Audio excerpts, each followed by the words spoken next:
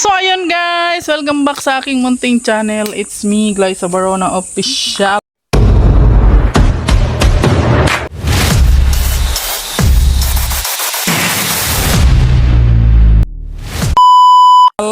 Ayan, so for today's vlog guys, mag-update tayo sa aming backyard. Nasa backyard kami ngayon. Ayan, binisita ni Alex yung kanyang tanim na saging na sinintin siya ni Wiwi. Nangalati na lang yung bunga niya. Kasi nga ectopic itong saging na ito, sa ano siya, sa gitna siya nagtubo, lumabas. Sa puno lumabas. So ayan. 'Di ba? Pwede na 'yan siya tibain. Kaysa naman maubos pa ni Wiwi. Ha? Huwag mong bunutin, tapiasin mo lang. Huwag mong bunutin, tapiasin mo lang dahon. Halos lahat ng ano dito, halos lahat ng saging dito may bunga na siya. Malalim yun Yan oh. 'Di ba? Sobrang lilim na dito guys, kaya hindi na po kami nakakapagpatubo ng mga tanim dito kasi malilim na siya ng husto. Ayan, tingnan niyo yung sigarilyas natin, napakataba na niya. Yan, mataba na masyado yung ating sigarilyas. Ito rin ang taba. Yan. Si Lori nag-harvest siya ng laing. Kasi yung laing, di maganda yung tubo niya kasi hindi nga naiinitan dito sa likod. Ayan oh. Ganda naman ang taba. Alam niyo oras ngayon alas 8 na. Sa labas sobrang init na, sobrang terik na yung araw, pero dito sa amin maano pa rin, malilim pa rin kasi nga maraming puno. 'Di ba? Oh, yung sitaw natin, tingnan niyo guys. Ito yung mga tanim kong sitaw oh. 'Di ba may mga bulaklak na siya? Wow. Alam niyo ito na naman yung araw-araw naming ulam sigurado kasi araw-araw na naman kami mag-harvest dito ng ano, ng sitaw. At saka ayan oh. May ano na siya. Bulaklak na yung ating sigarilyas. Oh. Wow. Ayan, daming puno ng sigarilyas dito. Ilan ba yung puno na tinanim ko dito? Ayan oh. Oh ha. Yung mga sigarilyas dito. Maraming puno ng sigarilyas dito guys. Gumapang na siya sa ano. Sinangkal niya na yung dahon ng ano ng saging. Oy, tingnan nyo oh. Oh, ang ating saging, ang ating papaya. Daming bunga. Pinapahinog namin yan siya guys. Para ano. Maganda kasi siya pahinugin sa malalaki. Matamis pati siya. Oh, di ba? Nag-ano naman siya. Binungkal niya na naman yung ano. Hindi talaga ito mapakali yung mga tanim na ito eh. Hindi mapakali yung mga tanim niya.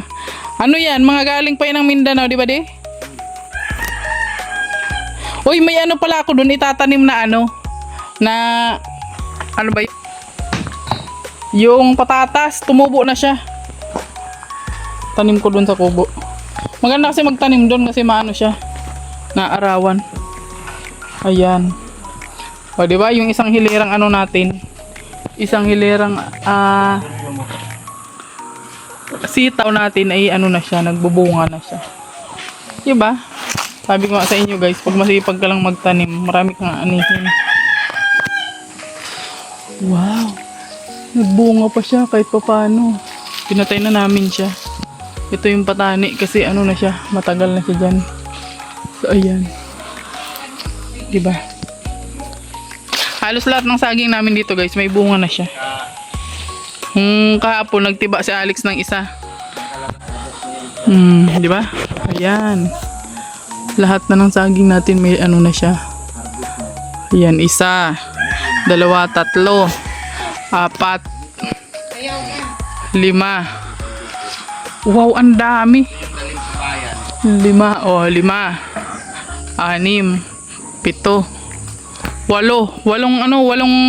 bunga ng ating ano. 8 puno na yung may bunga dito sa ating mga saging, guys. Naku. Tataas na yung ating potassium nito araw-araw magkain ng saging. O, di ba? Yan lang po yung ating mga ano dito. Mga tanim dito sa ating backyard. Yan. Na-harvest na ni Alex yung kanyang ano. Yung kanyang gabi. Wala man laman. Wala man yan laman, tangka tutubo lang yan. Oo nga. Labas nga lang ng ano niya oh. Ano yan? Tawag dyan. Yung takway, no? Hmm. Tingnan mo to dun sa kubutang lalaki to. Kaya nga. Ay, dun mo yan sa may gilid ng kamuting kahoy ilagay. Ang ganda niya, no? Yan. Tatanim niya yan dun sa kubo. Tapos ito, nagsimilya siya ng mga saging. Ito, dala-dala to ni LJ, oh. Ano to? Yung saging na brown.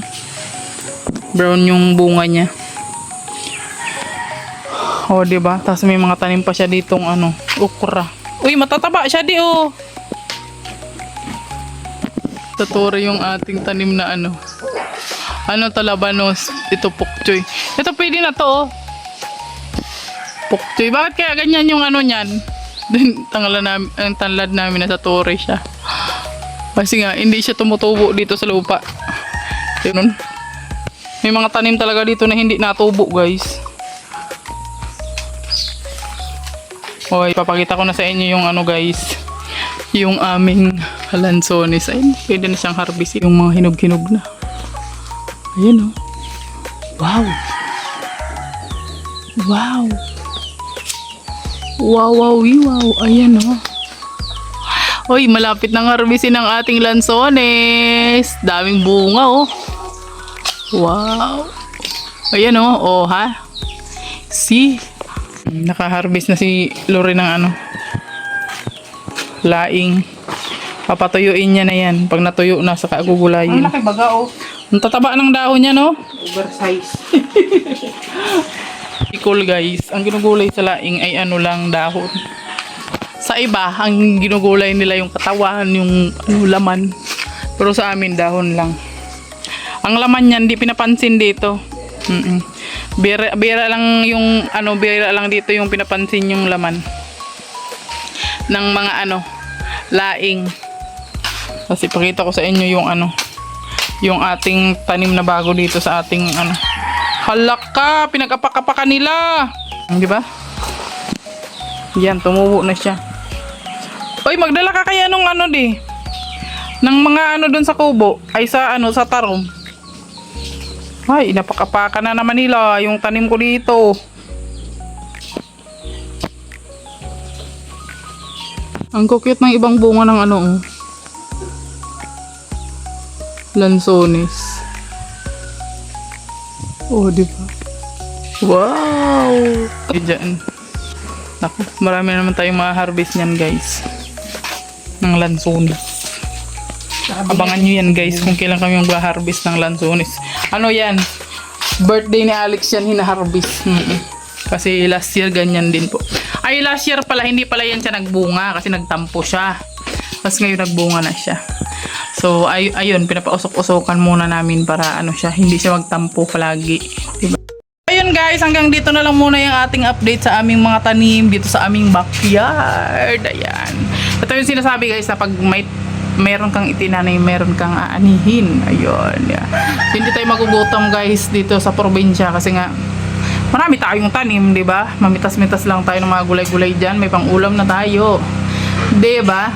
So, yan, guys, abangan niyo syempre ang aming harvest ng aming lansones. So, mga pa yan, ilang araw pa yan siya. Kasi na siya, pahinog na rin siya. Malapit na tayo mag-harvest. Ayan.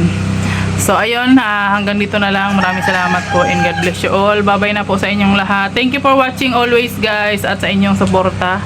Ayan, salamat po.